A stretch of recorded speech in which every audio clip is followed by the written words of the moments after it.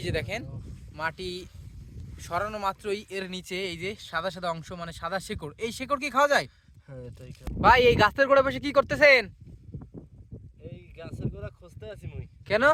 এটা খামো, খিদা লাগবে ভাই, সারাদিন কাজ করছি তো সকাল হস্তি। আচ্ছা, এই 6টা বাজে আইছি, বিলের ভিতর দেন না, আশেপাশে কোনো দোকান নাই।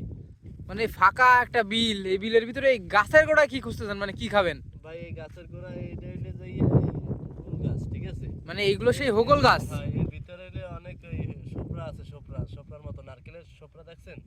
মানে নারকেলের পোপল যেটাকে বলে। হ্যাঁ, ফুলের মতো খেতে, এর ভিতরে অনেক ভালো খাদ্য, এটা ক্ষুধা লাগলে খাইলে অনেক ক্ষুধা মেটে।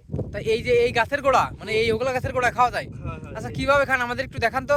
এই তো আমি খাইতেছি, আপনারা দেখেন। এই যে দেখেন মাটি সরানো মাত্রই এর নিচে এই যে সাদা সাদা অংশ মানে সাদা শেকড়, এই শেকড় কি খাওয়া যায়?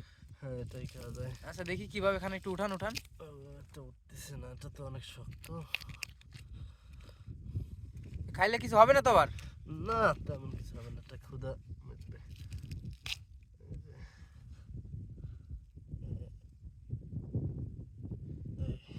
এই ছোট অংশ? এটা ঠিক একদম ওই যে নারকেলের যে সোপরা। আচ্ছা আচ্ছা আচ্ছা, খান তো দেখি কেমন।